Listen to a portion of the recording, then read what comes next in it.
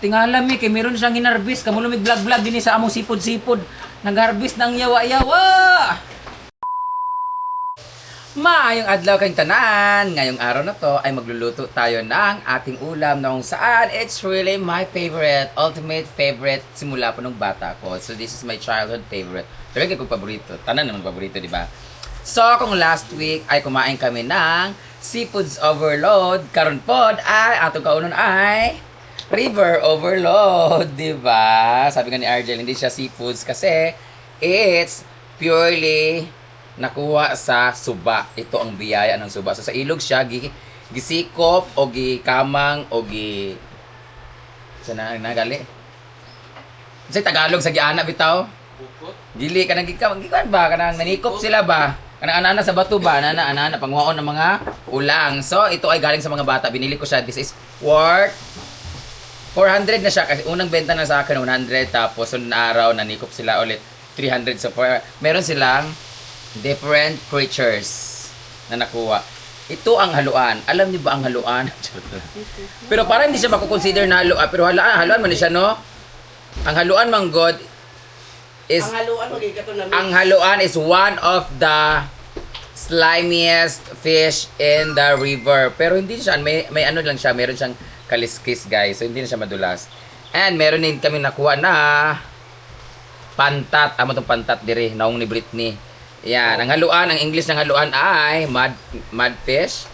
Kasi, minsan mo lang ito makikita kasi ito ay nag-i-stay sa ilalim ng putik. So, lalabas lang siya pag nagugutom at ang kanilang mga prey nito ay ang mga isda na maliliit kagaya nito. Parang tilapia na fish pan namin. Nauubos yung mga pispis na mga isda tungod kay ilang gakaunon ang mga isda nga gagmay ang mga pispis. So dili gaka-develop among mga tilapia because maami haluan ngayong ani kadako diha sa among fish pan. And meron tayong pantat. Ito ang kamukha ni Britney. Alam niyo ba ang scientific name ng pantat? Ay isda is gakakauni sa tubuli. Kumakain po ito ng tubol. Uy. Nakuha rin ito sa mga putik-putik pero ay sa mga basakan, sa mga kanal-kanal pero ito ay nakuha nila sa may ilog. So, ang hirap nito kasi pag natamaan ka nitong spine nila, spine matawag nito? Nakakalagnat siya kasi meron siyang venom. This is one of the venomous, charot na siya lala sa Bisaya. Ambot na siya tawag sa lala. Venomous siya na pero hindi nakakahilo, hindi siya poisonous. Venomous lang siya because na siya yung reaction sa imong katawan na pag natunok ka, ang sakit na mamaga tapos kung medyo mataas ang yung allergic na turban sa iyong katawan, it will cause vomiting and nausea and heart attack. Ha? Sarot lang. Basta pag natinik ka talaga nito ang sakit, pero iba rin yung bantol kasi yung bantol natunok o tumurog naong ni Paloma. Grabe yung bantol, di ba? Murag itong makapatay gid, no? Pero ito, grabe may talas to, oh. Ayan. Mahirap tong kunin lalo na pagkamay kasi pag hinawakan mo to, gaganon ka agad. Matong kita ni kamuli siya mo yung hait kaayo. So, tapos pag nakuha mo to, matagal mamatay kaya kailangan paluin sa ulo or ibundak ni mo siya. And one of my favorite in Japan is sakana na eel. This is one of the eel. Ano sa may? Eel. Ang eel mong sakit. Eel gyapon siya. Pero same sila pronunciation, different meaning and different spelling. Pero eel siya. Ito ay kasili na tinatawag. One of the spiciest fish in the river. Kay may sili. Kasili. Yeah! Charot lang. Ma-identify mo lang siya na eel because mahaba siya, very slimy talaga siya. Mura siya ng mga tulos-tulos, oh. Dalugayo. Ito ang isa sa mga mahirap kunin pag hinawakan kasi gaganon kaagad. Ang one of the unsaon pagdakop anin niya is meron silang yung bilog kasi nakaano lang sila sa pita ay sa kanal naon nila isulod. Dapat meron siyang something pang ganon kasi pag kamay lang gaganon talaga siya. So matatakot ka pag hinawakan mo kasi para siyang ahas. Kaya sinasabi ko sa inyo, one of my favorite is this one. Dagangawan. Ayan. Ito ay lulutuin natin ngayon using the butter. Iba-butter natin siya at itong gangawan o ulang. Malalaki po siya. Mataba siya kumpara sa sea creatures. Kasi ito sa ilog. Gangawan ang tawag nito. At iba to sa mga species ng hipon kasi mahaba yung kanyang ipit na malalaki. Ayan. Kumpara sa mga hipon na nakikita natin normally sa dagat, mugbo lang siya pero kani tambok og ulo, muna ganana to sa kanang mga lalaki, tambok og ulo. Mugbo og kanang bandang part na unod niya tapos ano siya, mahina to sila gumalaw, guys. Ayan. Meron iba-iba yung sila mga variety ng mga hipon, may mga maliliit, may mga straight lang sila. Ganito maliit ang ano, pero ito parang hipon ng suba. Iba-iba sila ng variety. Sinapon mga gagmay nga mga isda-isda, bunak-bunak. At meron din suroy dito ganina na bulinaw. Gagawin namin ginamos at meron silang tahong. This is 250. Mahal siya, guys, pero okay lang kasi suroy manggod. Ito naman ay nag-ano kami. Ilan nito ay ginawa namin torta. Tortang inamo. Ngayon, gagawa natin ng ginamos kasi ito, ipapaano ko muna, asinan ko muna to.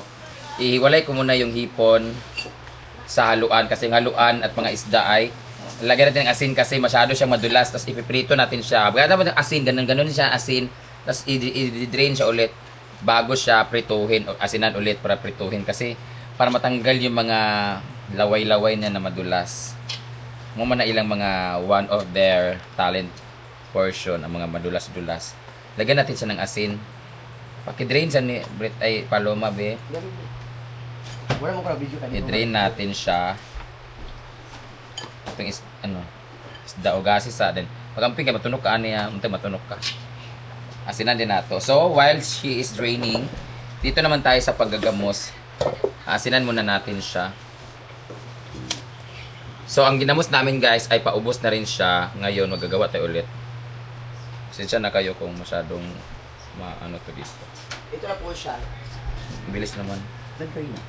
Ayan, tatlong, iapatin na lang natin. Don't worry kung maalat ang ginamos because umugin na ang nature sa ginamos. Maalat talaga siya. Hindi siya magiging ginamos.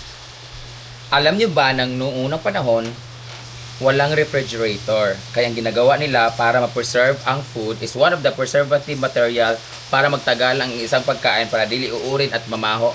Because of the asin. Ayan. Kasi ina-absorb nito ang pagbabasa or pag nagbasa kasi ang isang pagkain or mga bagay-bagay, madaling mabulok at uurin. So, ang asin, ang kanyang trabaho ay ina-absorb niya yung moisture ng isang mga karne, isda, kaya hindi nakakapag-develop ng mga microorganism. Ano mga uod-uod, ganon. Kaya napipreserve using the asin. So, yun yung ginagawa nila. Tapos, as well as the suka. Yung suka din isa sa mga medium para ma-preserve din yung mga karne. Kaya yung iba mga karne, nilalagyan nila ng suka para hindi rin siya mamaho at masira agad-agad. Pero mas matagal ang preservation ng asin if you're using asin. Yan. So, kala mo talaga wala kayong alam na nanonood. Alam mo, nakita panood ko lang din yun sa Facebook. Dahil kay Kuya Bubbles. Ito na yung inasinan na. Tapos, dapat pag naglagay ka nito, gumawa ka ng asin, kinabukasan, i-check mo siya kung iba yung amoy niya or iba yung mixture ng development niya, kung mas marami ba yung tubig or nagdugo-dugo ba siya. Pag hindi masyadong maganda, pag maraming tubig na natunaw tapos medyo iba yung kulay niya, i-drain mo siya tapos lagay mo ulit siya ng asin kasi feeling ko kulang siya ng asin na nilagay mo. So, mag-iiba yung amoy niya. So, para mas ma-prevent yung pangangamoy pag uuod, ay lagyan natin siya na ulit ng asin at i-drain yung unang tubig. Yan. Tapos bawal siyang malangawan para actually na ratio ani mga 2:1, ay mga 2 ka kumkum nga isda, dapat isa pug ka kumkum nga asin or napoy 1:1 depende. Pero kung gusto mo talaga ng sure na hindi siya mabubulo ay masisira, maraming asin talaga pero baka maalat-alat din. So ito na yung nagawa natin. Bukas magtutubig yan. Dito ang tubig niyan isa sa ilalim. Tapos lahat ng isda ay aangat. Tapos imimix mo siya. Tapos amuyin mo. Pag amoy bilat na siya, muna na siya. So ang makaka-identify lang taga niya sa lalaki. Kani, mouse na gini siya. Kaya maragbaho nagigbilat. Parang Neil, magbaho na ID, na Rhea, Mark. Tama tayo bating. Grabe, mouse na kita yung bating. Gaway gamit. So, ito naman ang asinan natin. Ang ating mga mudfish, eelfish, and fish to fish. Alam nyo ba ang fish ang isa sa pinakamaraming gamit na salita sa amin sa Bisaya at sa lingwahe sa Pilipino? Kaya fish, isda. Pagana, fish gapon. Kani, fish gapon. O, kitang tananan fish tingyawa. O, dagan kayo sa mga fish. Kani po, fish. Di ba? Fish, fish, fish. Dagan kayo. Hindi si Paloma fish katon. So, lagyan natin siya ng Luluon nato siya, naon na nato siya. Tingnan ninyo, mura siyang si Uyong daw kay Baba. Wala, tawang-tawa. Kani, this is one of the variegated. Kumbaga sa plant, variegated kay naana siya ay mixture. Na siya lahi guys, kay ang tilapia na lahi nga pink. So ano to siya, mura ka na siya breed. Kani siya, there is something like red and pink na nagpapakita ng sign na meron siyang mix. So ibig sabihin, ang iyang tatay ani either Chinese or basta foreigner, hindi siya pure blood. Japanese na siya. Kaya tingnan nyo, they're same haluan, pero meron silang, or wala takabalo, or because of the gender identity. Feeling ko, baka pag babae, may pedyo pula-pula, pag dark, lalaki, or baka bakla to kasi nag-makeup. Lahi daw yung purok purok maswagon na. Or, lahi-lahi siya nga different, ano sila, mga taghasaan siguro ni, tagalibunan ni siyang uban. Kaning pantat sure, jud ko ani, buntugan ni siya. Daan po. Hamis lang siya, ikasako ba sa pantat ko, mas hamis pa ang naong niya kaysa kay Britney. Oy, dalaga. We need to carefully churban this one because matusok tayo ng spine niya. Spine ba tawag nito? Wings. Tanga, hindi to niya oh. Ayan, dapat guntingon na siya. Pero ato sa ibabad siya sa asing kaprituhan na nato. Then imumukbang natin siya. Okay, hapit na ko natusok. Ani, gamay-gamay siya. Oh, laigid siya. Abi na ko, akala ko yung cause lang nitong pag-pink niya is because baka pinalo tas dumugo. Pero wala man siyang damage, sign of damage. There's no sign of damage and sign of usage. So, namula lang siya because its own variety. So, meron siya maliit, meron din siyang pink na konti. So, feeling ko, ito sila mga variety ng male or female. Malalaman nyo ang isang hayop or living organism kung babae or lalaki. Kaya kung kani, laki ni siya, be. Yabay na ako. Kung utgan ko, ibig sabihin, laki ni siya. Kaya kami, utgan may bayot sa lalaki. Pero kung bae ni siya, di ko utgan. Ako'y uwag. Bae ni siya. Munang pink siya. Munang mo siguro ni nagpapatunay na babae siya kaya na siya something. Kani, kuha ni siya, grabe ka danlog. Alam niyo ba guys, isa sa pinakamahal na isda sa Japan is yung eel. Tapos hinihiwa siya, boneless siya. Ay, hindi siya boneless. Basta hinihiwa yan siya, tapos para siyang smoked fish. Tapos pag pinrito siya, ang sarap-sarap. Makikita mo to siya sa mga kahit anong restaurant sa Japan. Ang pangalan ng isda sa Japan ay sakana. Ang Japanese name ng isda is sakana. Pero in general yun na fish. Pero itong eel, hindi ko alam kung eel ba tawag sa kanila. Yan, ito sakana, ganyan. And ang tawag sa bulaklak sa Japan ay hana. Kaya si Ansing ay isang magandang bulaklak. What we call hana. Yan. Hana. So, tapos na tayo sa ating trivia. Maglinis na tag-isda. Kapritoon na nato ng mga kulira. Tanggalon na nato ng kanilang gills. Dito na tayo tanggalin para isang hugasan lang. Kulira. Grabe gid siya kasakit. Tanggalan na siya. Dati, sa kanal kami nangunguha din sa may haluan, sa may ay kanang mga isda dyan sa kanal. Pag ganun, ginamo sa kanang pantat. Pag ana na mo sa pantat, sa baba ba? Ano pantat din eh. Pag ana sa pantat, naitubol.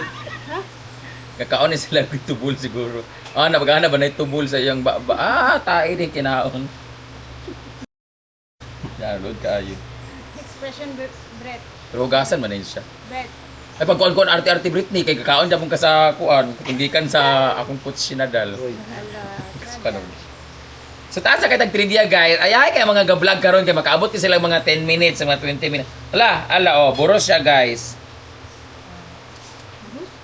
Dili ikinaon mo lang niya. Yan ang kinaon. Masig. I-atch na. Nai-iats japon.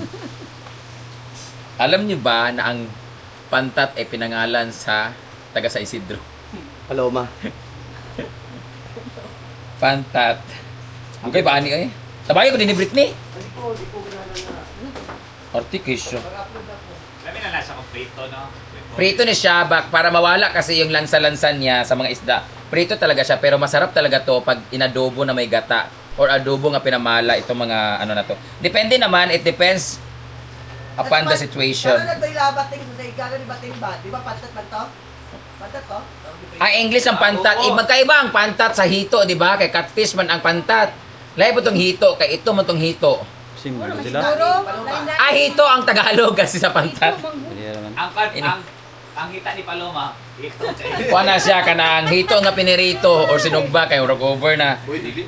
Alam nyo ba nakaon ako sa Tiendesitas sa may sa may Mandaluyong ba yung Tiendesitas? Nakain ako ng mga hito na gitusok-tusok siya tas nakabalandra lang siya sa gilid tas makaon ka kay nakatusok siya nakaganon di parang lechon ba.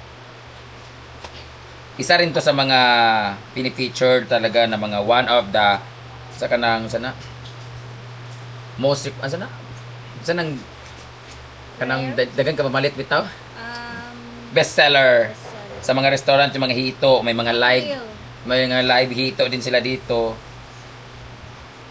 Overheat na. Wala na yung mga players. Oh tingnan mo putik ang kinain talaga niya Putik na. Si Muti. putik ina mo. Jam. Makaiba na yan. Ito na to. Mamaya na po kay magluto sa amin kay init na kaayo mag-charge sa